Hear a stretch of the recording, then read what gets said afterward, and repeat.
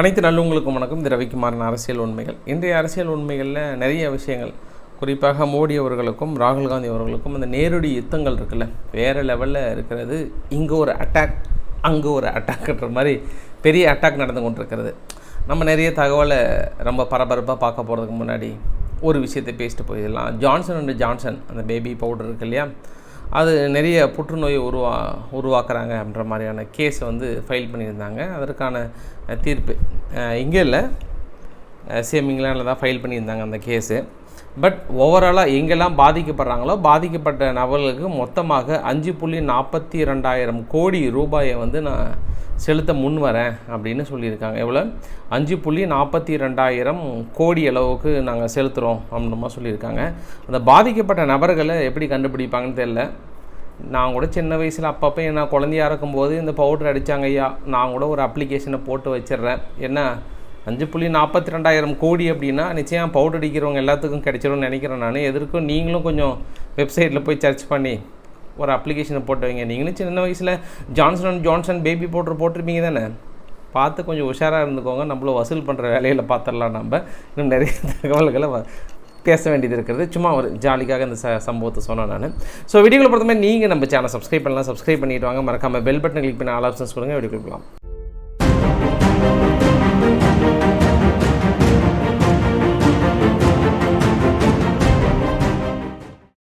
பெரிய ஒரு டாபிக் என்ன அப்படின்னா, ஏப்ரல் மாதத்தினுடைய ஜிஎஸ்டியினுடைய வசூல் இதுவரை இல்லாத அளவுக்கான வசூல் மழை பொழிந்துள்ளது அப்படின்ற மாதிரி சொல்லியிருந்தாங்க. பெரிய சாதனை படைத்துள்ளது அப்படின்ற மாதிரிலாம் சொல்லியிருந்தாங்க. அதில் குறிப்பாக எந்த மாநிலம் பாருங்கள், மகாராஷ்டிரா 37,671 கோடி அளவுக்கு வசூல் பண்ணியிருக்கிறாங்க. கர்நாடகா 13,978 கோடி, குஜராத் 13,301 கோடி, ஊபி உத்தரப்பிரதேஷ் 12,290 கோடி, தமிழ்நாடு 12,210, ஹரியானா 12,168, டில்லி 7,772 கோடி அளவுக்கு வசூல் பண்ணியிருக்கிறதுன்னு இப்போ லிஸ்ட்டே போட்டிருக்காங்க. இந்த லிஸ்ட்டில் இருந்து நம்மளுக்கு என்ன தெரியுது அப்படின்னா, குறிப்பாக எலெக்ஷன் டேட் அனௌன்ஸ் பண்ணதுக்கப்புறம் இந்த வரி வசூல் அதிகமாக இருக்கிறது. எலெக்ஷன் டேட் அனௌன்ஸ் பண்ணதுக்கப்புறம் என்ன அப்படின்னா, பிரதானமான கருப்பு பணங்கள் வெளியே வந்திருக்கிறது. மக்கள்கிட்ட புழக்கங்கள் அதிகமாக இருந்திருக்கிறது. நம்மளே அனுபவிச்சிருக்கிறோமே. வாக்காளர் உரிமை தொகை வந்துச்சா இல்லையா உங்களுக்கு? ஒவ்வொரு கட்சியும் வாக்காளர் உரிமை தொகை கொடுத்தாங்களா இல்லையா? 300, 400, 500 ஓட்டுக்கு ஃபிக்ஸ் பண்ணுறாங்கல்ல.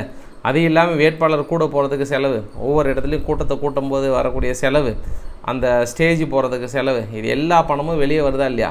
இந்த பணம் எல்லாம் ஆட்டோமேட்டிக்காக செலவு செய்ய எங்கே போகுதுன்னா, அது ஜிஎஸ்டி வரி வருவாயில் கொண்டு போய் சேர்ந்துடுறாங்க. அவ்வளோதான், பெரிய வித்தியாசம்லாம் இல்லை.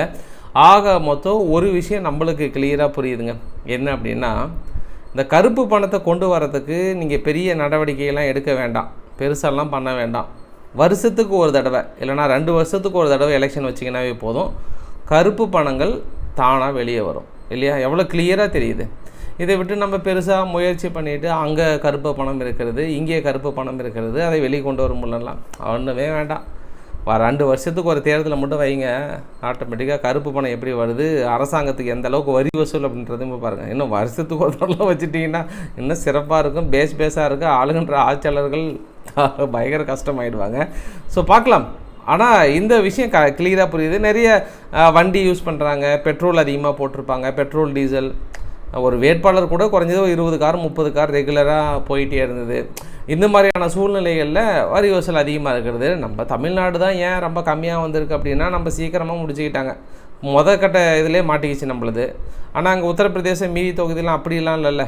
அது தேர்தல் எப்போ எலெக்ஷன் டேட் அனௌன்ஸ் பண்ணாங்களோ அப்போருந்தே அவங்க செலவு பண்ண வேண்டிய ஒரு சூழ்நிலை வருது. அதனால் அவங்களாம் கொஞ்சம் டாப்பில் இருக்காங்க. நார்மலாகவே வரி வசூலில் தமிழ்நாடு 2nd இல்லைனா 3rd பிளேஸில் ஆல்மோஸ்ட் இருக்கும். பட் இந்த டைம் பார்த்தீங்கன்னா 4th பிளேஸ் வந்துருச்சு, 4th இல்லை 5வது பிளேஸ் வந்துருச்சு. குஜராத், ஊபி, அப்புறம் தமிழ்நாடு வந்திருக்கிறது. ஸோ இந்த விஷயம் ரொம்ப கிளியராக இருக்குது. ஐயா மீண்டும் ஒரு தடவை கோரிக்கை வைக்கிறேன், இந்த ஒரு நாடு ஒரு தேர்தல்னு சொல்லிட்டு எல்லாத்தையும் ஒரே டைமில் கொண்டு போயிட்டு 5 வருஷத்துக்கு ஒரு டைம் வச்சுட்டிங்கன்னா எப்படி கருப்பு பணம் வரும், அதையும் கொஞ்சம் திங்க் பண்ணி பாருங்கள் அப்படின்னு இதன் மூலிமா நான் கோரிக்கை வைக்கிறேன். சரி, அரவிந்த் கெஜ்ரிவால் அவர்களோட சுச்சுவேஷன் என்னென்னா, நாளுக்கு நாள் கொஞ்சம் டஃப்பாக போகுதுன்னு நினைக்கிறேன் நான். அங்கே டெல்லியில் பார்த்திங்கன்னா மகளிர் ஆணையம்னு சொல்லிட்டு ஒன்று இருக்குது. அந்த மகளிர் ஆணையத்தில் 223 பேர் வேலை செய்கிறாங்க.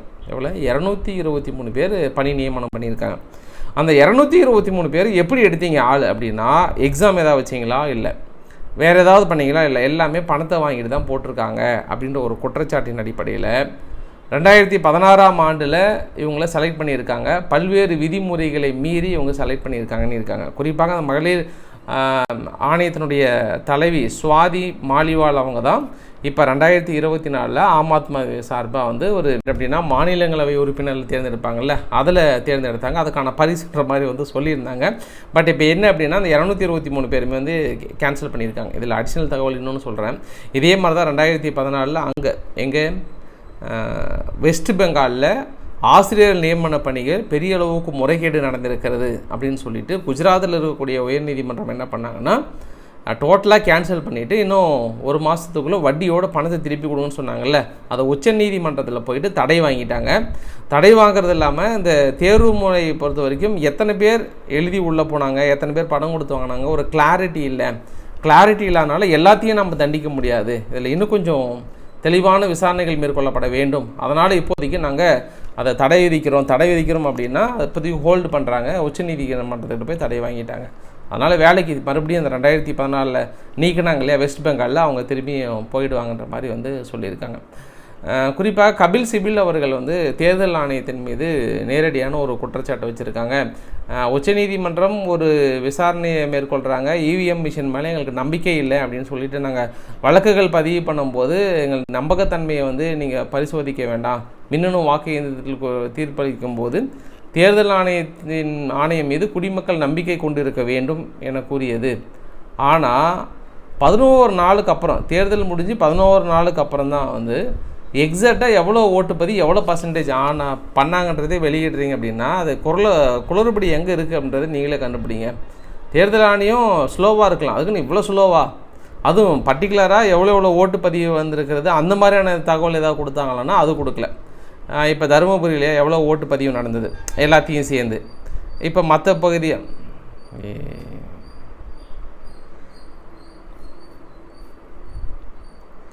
ஃபார் எக்ஸாம்பிள் ஏதாவது ஒரு தொகுதி இருக்குது அப்படின்னா அந்த தொகுதியில் எவ்வளோ பேர் ஓட்டு போட்டாங்க அப்படின்ற ஒரு ஃபைனல் லிஸ்ட்டு கொடுத்தீங்களா, அது இல்லை, மொத்தமாக பர்சன்டேஜ் அடிப்படையில் மட்டும் தான் கொடுத்துட்டீங்கன்னும் போது எங்களுக்கு சந்தேகம் அதிகரிக்க தானே செய்யும். கொஞ்சம் தேர்தல் ஆணையம்னு கொஞ்சம் கிளாரிட்டியாக நல்லா வேலை செய்யணும் அப்படின்ற மாதிரியான ஒரு குற்றச்சாட்டும் ஒரு நம்பகத்தன்மையை வந்து ஒரு கேள்விக்குறியும் வந்து வைத்திருக்கிறார்கள்.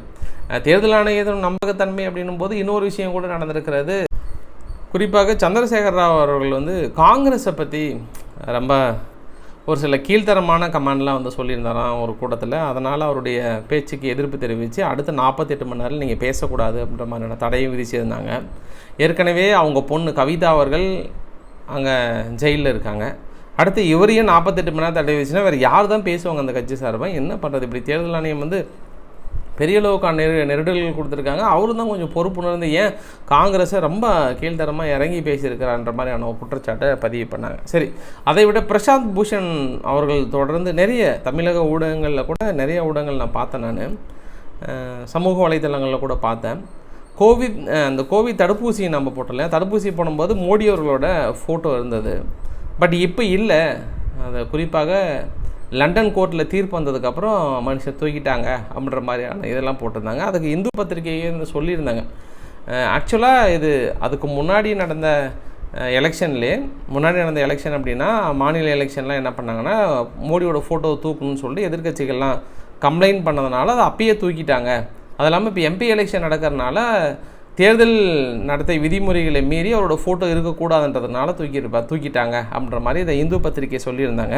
ஆனால் மற்ற பத்திரிகைகள்லாம் என்ன மாதிரியான கருத்துக்கள் சொல்லியிருந்தாங்கன்னா, இல்லை பயந்துட்டாங்க, அங்கே வந்து தடுப்பூசி போடுறவங்களுக்கெல்லாம் ரொம்ப ரேர் டிசீஸ் வருது, அதாவது பிளட் கிளாட் மாதிரி வந்திருக்குன்னு சொன்னோடனே அவங்க பயந்து அது கெட்ட பேர் வந்ததுனால ஃபோட்டோ தூக்கிட்டாங்கன்ற மாதிரி சொல்லியிருக்காங்க. அதுக்கு முன்னாடியே எலெக்ஷன் முன்னாடியே தூக்கிட்டாங்க அப்படின்ற மாதிரி வந்து அந்த பதிவுகளை சொல்லியிருந்தாங்க. சரி, இப்போ ராகுல் காந்தி அவர்களுக்கும் மோடி அவர்களுக்கும் இருக்கிற வார்த்தை மோதல்கள் வந்து ரொம்ப அதிகமாக இருக்கிறது. குறிப்பாக ராகுல் காந்தி அவர்கள் குமாரசாமி அவர்களோட அண்ணன் பையன் ஒருத்தன் செக்ஸ் டேப்பில் வந்து மாட்டிக்கிட்டான் இல்லையா, அவனை பற்றின விமர்சனங்களுக்கு அவருக்கு சப்போர்ட் பண்ணியிருக்கிறாரு.